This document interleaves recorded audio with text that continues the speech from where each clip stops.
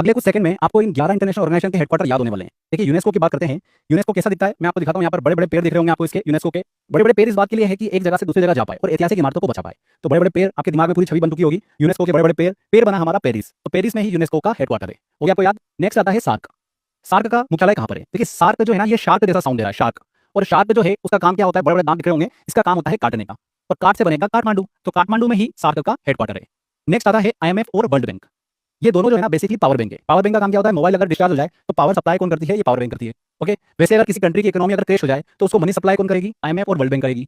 ठीक है, तो बेसिकली ये पावर बैंक है। अब पावर बैंक के अंदर कौन सा करंट होता है? एसी की डीसी। इसके अंदर तो डीसी होता है, तो डीसी से हमारा बन जाएगा वॉशिंगटन डीसी। वर्ल्ड बैंक और आईएमएफ का हेडक्वार्टर कहां पर है? वॉशिंगटन डीसी में।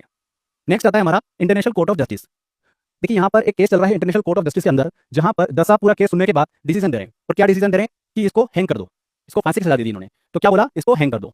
हैंग बना यहाँ पर हमारा हेग। क्या बना? हैंग बना हेग। तो हेग नीदरलैंड में ही इंटरनेशनल कोर्ट ऑफ जस्टिस का हेडक्वार्टर है। ये भी आपको याद हो गया। नेक्स्ट आता है डब्ल्यूएचओ और डब्ल्यूटीओ, वर्ल्ड हेल्थ ऑर्गेनाइजेशन और वर्ल्ड ट्रेड ऑर्गेनाइजेशन। देखिए अगर किसी इंसान की हेल्थ अच्छी है और बढ़िया उसका ट्रेड चल रहा है, बिजनेस अच्छा चल रहा है, तो उसको जीने में मजा आएगा। हेल्थ अच्छी है, बिजनेस अच्छा चल रहा है, ट्रेड अच्छे से हो रहा है, तो जीने में मजा आएगा उसको। तो जीने से बन जाएगा हमारा जिनेवा।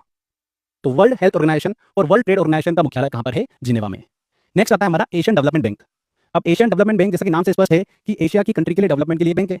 अब यहाँ पर एशिया की जो कंट्री है जितनी भी, वो इसके पास जाती है और क्या बोलती है कि डेवलपमेंट करना है मनी ला। क्या बोलती है? डेवलपमेंट करना है मनी ला। चल मनी ला यार, बहुत अच्छे से यहाँ पर आपको क्लियरली समझ में आ जाएगा कि मनी ला मतलब मनीला की बात हो रही है। तो मनीला में ही एशियन डेवलपमेंट बैंक का हेडक्वार्टर है। ये भी आपको याद हो गया। नेक्स्ट आता है यूनाइटेड नेशन, यूएन। जैसा कि नाम से स्पष्ट है, यूनाइट करना।